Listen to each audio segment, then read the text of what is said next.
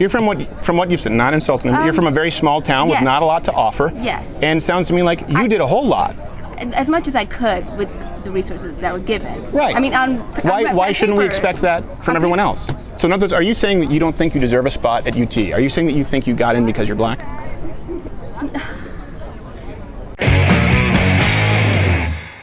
Time for the latest installment of Change My Mind, where we rationalize our positions on controversial topics. For this installment, we return to UT Austin to tackle the subject of affirmative action. This is Fisher versus the University of Texas. A question of whether race can be used as an admissions criteria at U.S. colleges and universities. If the nation has done something special against the Negro, as we were then called, for 240 years, the nation must do now something special for the Negro. So merit is dependent upon who counts what is meritorious. This university owes us everything. I walk around this campus understanding that this was built on the backs of my people, and I owe none of you guys anything. We owe white people nothing. Now, we actually had so many great conversations that we'll be releasing several installments, lest this video be 3 hours long. So stay tuned for more, including one with a UT professor of hip hop. Now, of course, there are always those who aren't as excited to see us. Lights are at it again. I think you're a bigot, dude. Oh! I think y'all are racist. Steven Crowder. Y'all. I would probably punch him if I saw him. As always, if you want these videos to continue, please do consider joining Mug Club. It's $69 annually for students, veterans, active military. You get this wonderful hand-etched mug, the full daily show, not available on YouTube, along with the entire Blaze TV's catalog at louderwithcrowder.com/mugclub. If not, at least bookmark this channel and check back for new videos every weekday at 9 p.m. Eastern. Before we get started with our conversation with Tina here, I want you to know that this is one of the most intensely personal Change My Mind conversations in recent memory. Before we get to that, let me know what you think about affirmative action. Is it racist by its very definition? Is it not? Should race be a determining factor in college admissions at all? Let me know in the comments below. But here we go, on with a very revealing conversation with Tina. So your name is Tina? Yes. My name is Steven. Nice to meet you. Nice to meet you, Tina. I appreciate you taking the time to sit down. I don't know how familiar you are at all with kind of what we do here, what this program is, but the basic idea is providing an opportunity to hopefully not be interrupted by clock towers. There we go. Now it did the whole song. Okay.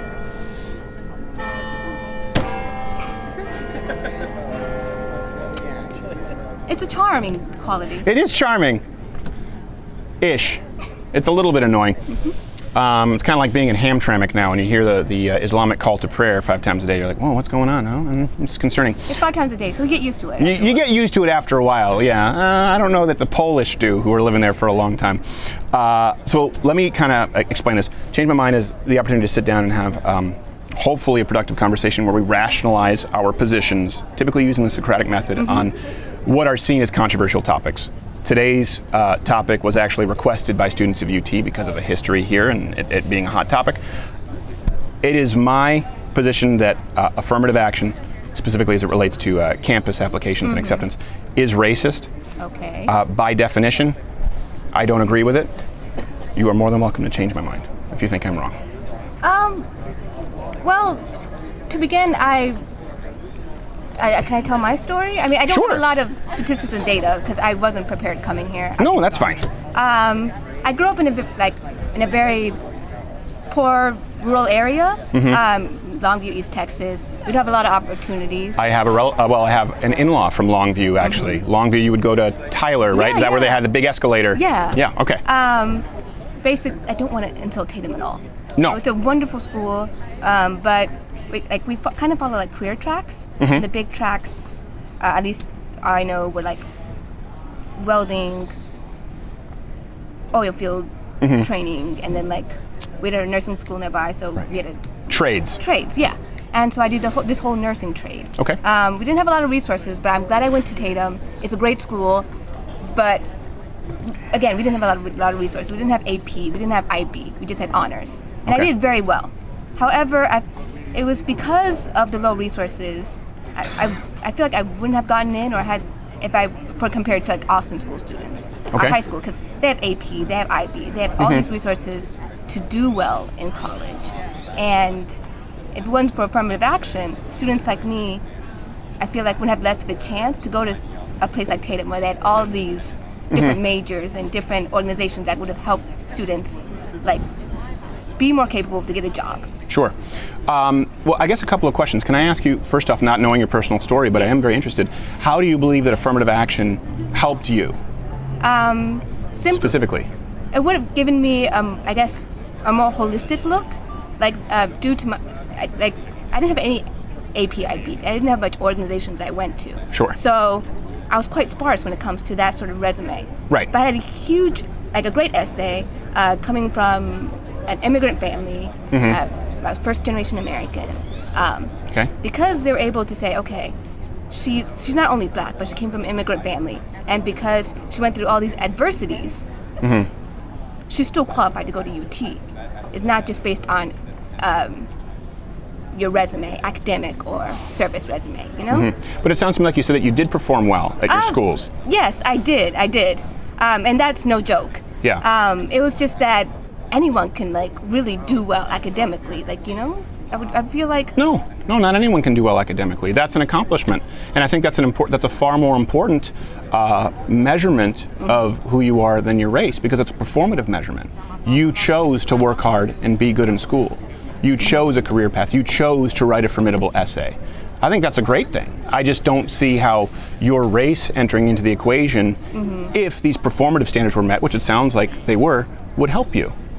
would that be like what confirmed to like a Tatum small school, small resource? Oh, forgive me, I'm not super familiar with Tatum. Is Tatum? Tatum's the high school I went to. Oh, Tatum is the high school you went to. And you're saying there were no high schools in your area that had AP or sciences, and you're studying AP here? What are you studying now? I'm studying political communication, and I'm going into marketing. Okay, so I'm confused. How would you need those classes? Well, like to get into a place like UT, I didn't have a lot. And like I was the top of my class, but only in that small pool of like, I didn't have much competition. Sure. But like if I go to a place like Longview High School. Right. Is that bigger? Yes, a lot bigger. Okay. Forgive me, I'm not super familiar. I see them both as relatively small towns. Yeah. I feel like I wouldn't have done as well. Okay. Because they had more resources and all that stuff. I don't understand that. Well, You did. Hold on a second. Let me, because you seem like a very bright person. Yes. You did really well in a school with few resources. Few resources. And you believe that if you had taken your work ethic, right, and your level of intelligence, which performed very well with very sparse resources, you believe that if someone provided you more resources, you would perform more poorly? I would imagine the opposite. Wouldn't it be like with a bigger pool of students, more competition, more brighter students? Well, sure, there's more competition, but you would have far more resources. True. It's just, I feel like for people who didn't have those resources, race, if they look at the race and be like, okay, you had these different adversities,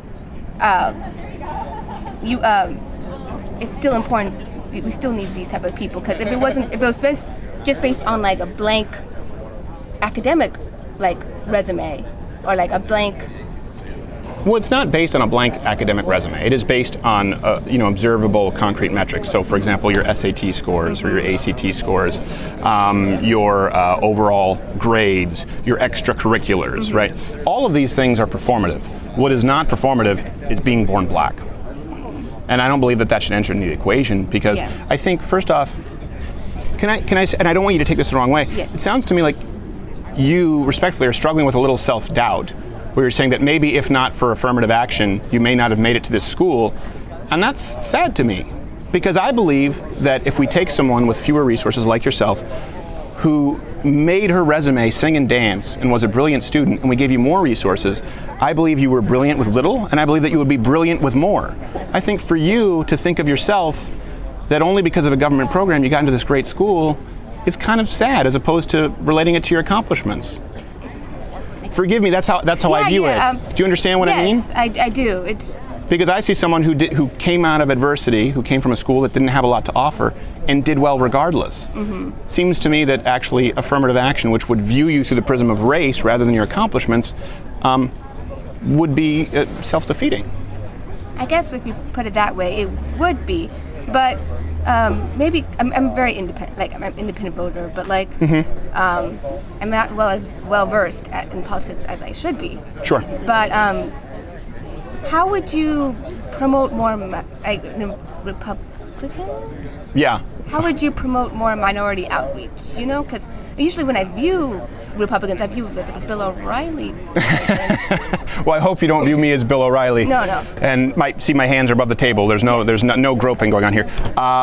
Well, first off, I don't want to necessarily talk about Republican outreach because we are talking about affirmative action. Yes. I do agree with you that there's been horrible messaging from Republicans. It is interesting to me that I think it's 34% of Black Americans approve of the job that Donald Trump is doing, which is a huge change from in the past. So I do believe that there have been some inroads made just because people are able to think more independently now. And I think a big reason for that is for the longest time, people were told, I would imagine this is true, correct me if I'm wrong, you were probably taught that as a Black person, vote Democrat. Yes. Right, and I think that that's changing a little bit now, particularly in the post kind of Obama era, where he didn't really do necessarily a whole lot for Black Americans, where people are looking at it a little more critically. So I have my own thoughts on that. I don't necessarily want to get into the Republican outreach, but maybe we can talk about it later. Yeah. But back to the idea of affirmative action. Now let me ask you this. You said you come from your first generation immigrant family. Yes, I am. So could you tell me a little bit about your family and your parents? My parents came from Ethiopia. Oh, okay. There was a huge war going on between Ethiopia and Eritrea in the 90s. So they immigrated here to the U.S. I know that traditionally there's a great immigrant story how they rose to the top, but like my parents, due to their low they weren't able to pursue a lot academically, which is why they didn't get like a suddenly rose to the top sort of story. Sure. They mostly stayed as gas station owners. They own a gas station? Yeah, they own a gas station. Both parents together? Yes. Okay. Have they done pretty well for themselves? They're pretty stable. It's like, Middle class at least? Working class. It's a very Working rural class. area, so there's not a lot of people. Rural area, okay. So. But then it allowed you to pursue what you wanted to. Yes. Your parents still together? Divorced, actually. Okay. Were they divorced when you were young or more recently? More recently. More recently. So you grew up with two parents in the household? Yes. Okay. Well, this is why that's important. Because you talked about this story, and I don't see this as necessarily a Black versus white thing. But the biggest factor that indicates socioeconomic status, whether it's going to college, whether it's performing well academically, whether it's ending up in prison, whether it's depression, whether having a family of your own, is having a dual parent household.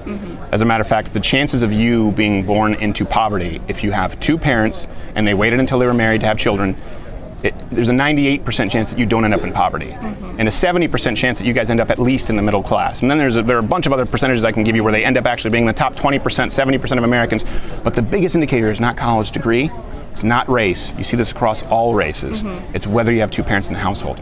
Now, this is important because if you go back to the 1960s, Black Americans had, and a lot of them also were immigrants. I actually have a lot of Ethiopian friends. I went to an Ethiopian church in Los Angeles for a little while, and very welcoming people. Yeah. Very welcoming. Food was a big thing. Yeah, we would sit huge. and I learned the squishy bread, all that stuff. Injera, yes. I didn't like it at first. The texture was a little weird. You have to dip with the sauce. The sauce Right, but by itself it's kind of spongy. Yeah, it is. So wonderful family, by the way, but all of them, this girl's uncles, her sister, they all had pretty strong marriages. I don't know if that's a cultural thing with Ethiopia. It seems like very family focused.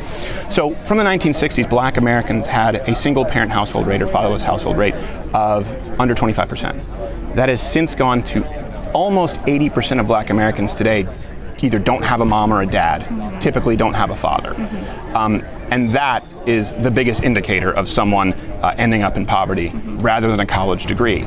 So I think that's important to note because affirmative action has been focusing on the wrong problem, assuming that if we view through the prism of race, applicants and simply get more Black students into colleges regardless of qualifications, that they will perform better, that it will equalize the economic disparity. And it sounds to me like what you're talking about is not so much a racial disparity, but an economic one coming from a rural area. Yes. So it sounds almost like you're making a case against affirmative action as it stands based on race, but the idea of providing resources to those of lower socioeconomic status. Am I correct in that? Yeah, but isn't those, I don't want to sound racist, but isn't those... it's okay, it's just you and I. Isn't those of low socioeconomic status usually minorities? Often, yeah, and that's what I'm saying. A big part of that is because of a 77% single household rate with black Americans.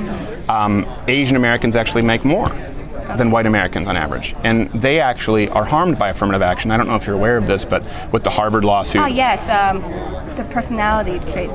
Yeah, they're very racist against Asians on the personality. And the reason for that is because they tend to score higher. So, for example, in Harvard, with these documents that were released, on average, an Asian American applicant would have to score 1,300 on the SATs. A white American student, 1,350. A white American student would have to score 1,310 on average. A black American student would have to score 1,100. Does that seem right to you? Because many of those Asian Americans also come from families where they're gas station owners or bodega owners. Does it seem fair to you to exclude people based exclusively on race rather than academic performance, especially as someone who's performed so well academically? No, I mean, if you worked hard, you should be able to go to any college. Right. It's just, I don't know. Did you work hard? Oh, yes, sir, I did. And you wanted to go to UT? Yes, sir, I did. That makes me happy. That's what I want to see. It's just... And I don't want to see it because you go here because you're black. Yeah. I want you to know that it's because you worked hard. And to me, that's a racism of soft expectations. You know, imagine if you're a black student who didn't score so well, right? Had a lower SAT score, didn't score so well, and you know that you're in the university as a diversity applicant. That's self-doubt, and that's what I'm saying. I don't want you to have it. To me, it seems so sad to have for the rest of your life to go, man, did I really deserve this spot? Or was it because of the color of my skin? And I think that's why we see detrimental effects. You know, black Americans, because of it. Hold on, don't move. There's a spider on your shoulder. I don't know if you're afraid of spiders. I hate spiders. Thank goodness. I hate spiders. Yeah. It was right there. Okay, sorry, my heart's going like this. Sorry, I do not like spiders.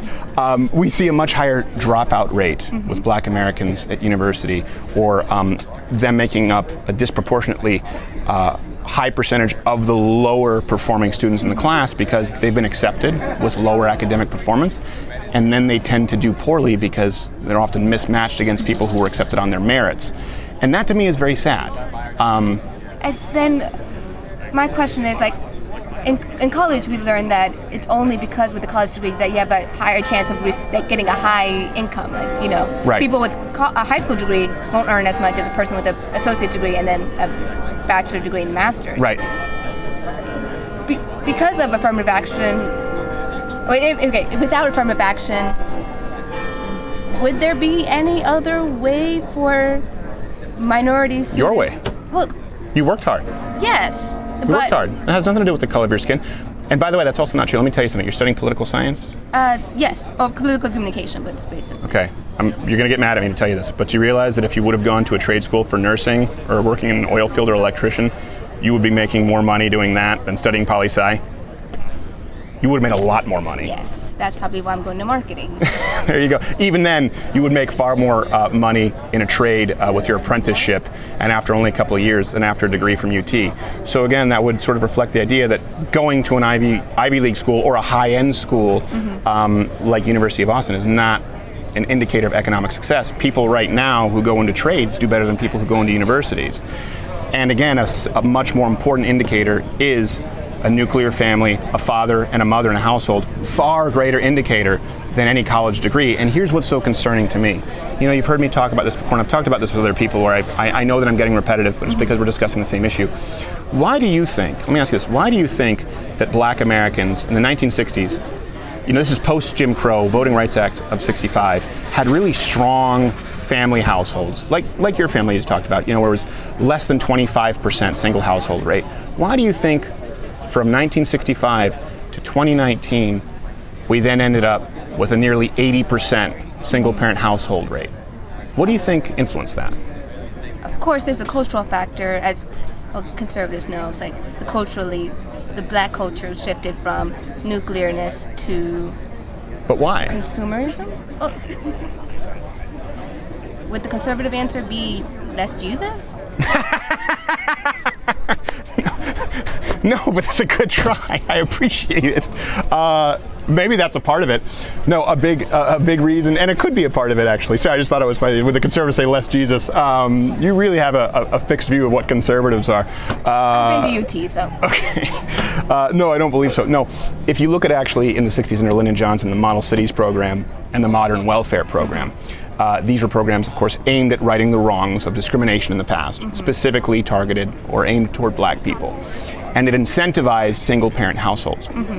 So in trying to right the wrongs of the past, like slavery, like Jim Crow laws, like voter suppression, they created new laws, which I think we would both agree were discriminatory in that they were specifically targeting black Americans, which subsequently created worse results. I mean, you look at the Model Cities program, you look at schools, inner city black areas where they have much higher than average per pupil spending, but the graduation rate is terrible. Then you look at them, at black people benefiting overwhelmingly from welfare programs, but overwhelmingly they are single parent households because there's an economic incentive with the current welfare system to be a single parent household. So in trying to right the previous wrongs of systemic discrimination, they made them worse. They created more economic disparity. And doesn't that kind of mirror the idea of affirmative action? Where it's, well, in the past, we didn't have enough black students on campus, so we need to right that by excluding other people and including more blacks. I think it mirrors the same policies that have led to the degradation of the black American family, and I think we see that in the results of affirmative action.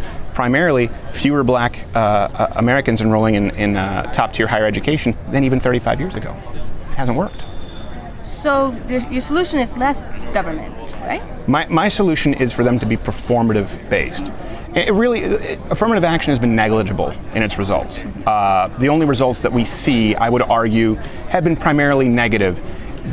I would certainly argue, maybe you could argue this, maybe you would disagree, but culturally, it seems as though it's had far more negative ramifications in creating divisiveness on campus where, sometimes people feel like, oh, that's an affirmative action student. Or like you said, you believe that without affirmative action, you wouldn't be on this campus.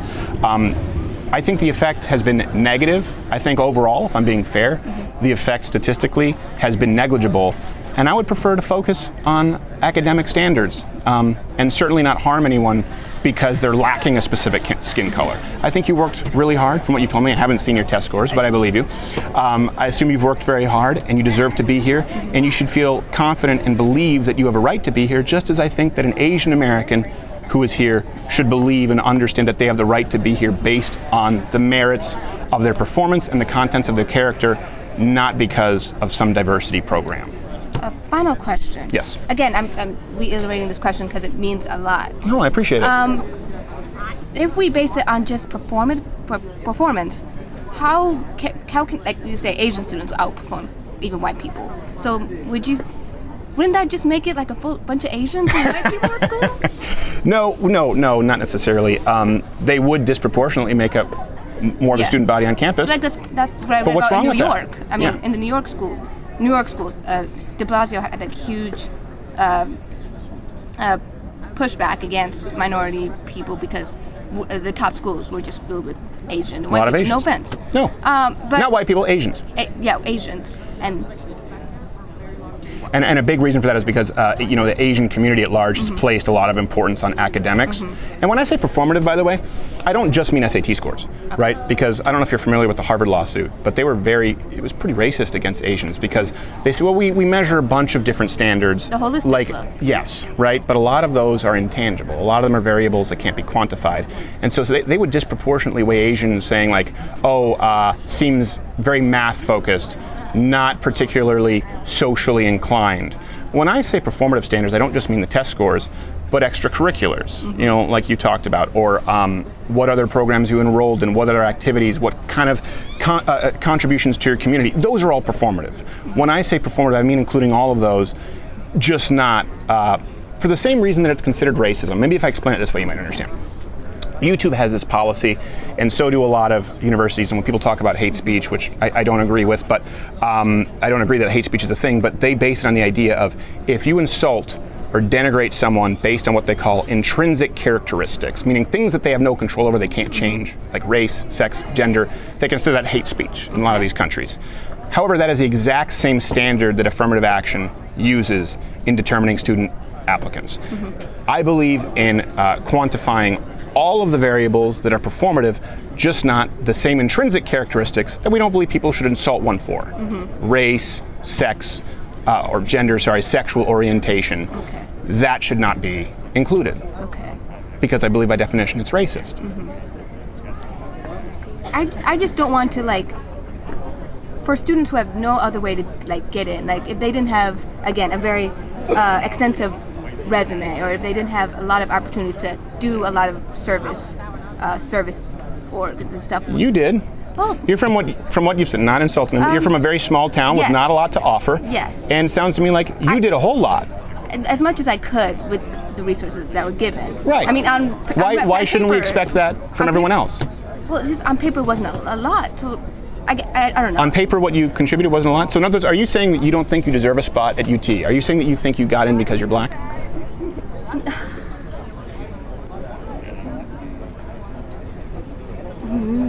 No. Yeah. You do?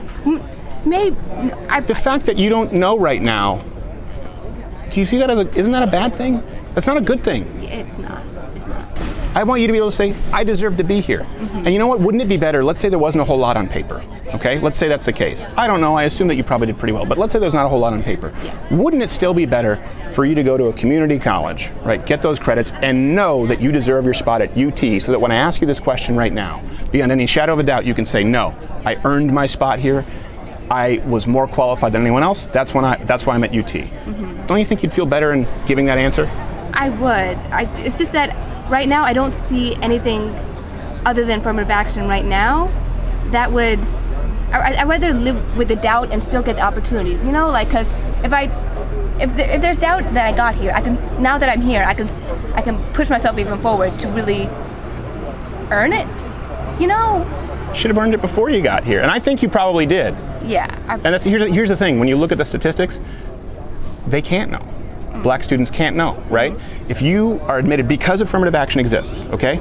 Even if you are more qualified than that Asian student, if I ask that student this question right now, they have to answer the same way that you do. I don't know. I think I deserve to be here, but I don't know. It was affirmative action. Right? They have to answer that same way as the student who is in affirmative action acceptance, right? Right. That's sad. Even the person who is undoubtedly qualified, who deserved their spot, they can never answer, yes, I deserve to be here and be proud of their accomplishments. That being said, Asians on campus can answer it, and white students on campus can answer it, because they had to perform to higher standards. So if I ask the same question right now to an Asian student on campus, did you earn your spot here? Do you deserve to be here? They will be able to tell me beyond any shadow of a doubt, absolutely. I earned higher in the SATs. I did more extracurriculars. I earned my spot at this university. You can't because of the policy in place. And that to me is a very, it's not only beyond the idea that affirmative action hasn't been effective, I think that's immoral because it destroys the human spirit in doubting yourself. It can be really disheartening when you look at it that way. I just wouldn't want to take away any hope other than, like, what's the plan other than this? I'm taking away from affirmative action. What can I give minority students that can still give them the hope and the chance to get in? I don't think you need to give them anything. I don't think you need to give them anything. I think the more you give them, when you say that, and by the way, when we're talking about policies, it's usually rich white liberals saying, the more we can give black people, and then it destroys the black American family. Right? The more we can give black students, and then you have to answer with self-doubt that you don't know if you've warranted a spot here.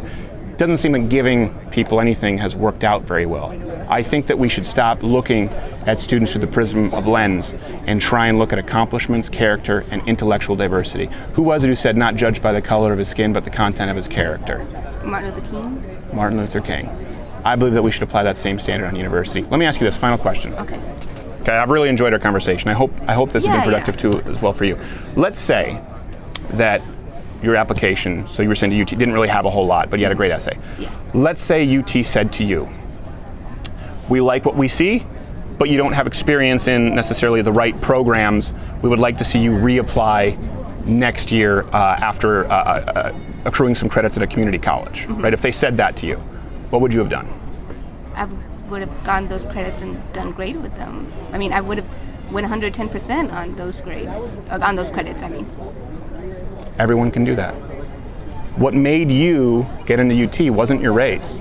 It was what you just described to me, which was your work ethic and how you view the world. And my point is, let's say even if you were an affirmative action applicant, I don't know that you were. I'm not hearing the kind of attitude from someone who was. I think you probably earned your spot here. Thank you. But you're telling me that if they said try again, you would have tried again until you had gotten it. Then know that you've earned your spot here and make the most of it and understand that everyone else should be held to that same standard that you hold yourself to. That's what I'm saying. There's nothing really racist about that at all. See, we agree. Yeah. Thank you so much, Tina, for sitting down. I appreciate it. Thank you. Tina, correct? Yes, yes. Thank you. Hold on. Don't move. Let me make sure you don't have a spider. Okay, it's gone. Thank you so much. I really appreciate you taking the time and thank you for telling me your story. No problem, anytime. Absolutely. I'll look more into you. God bless. Thank you.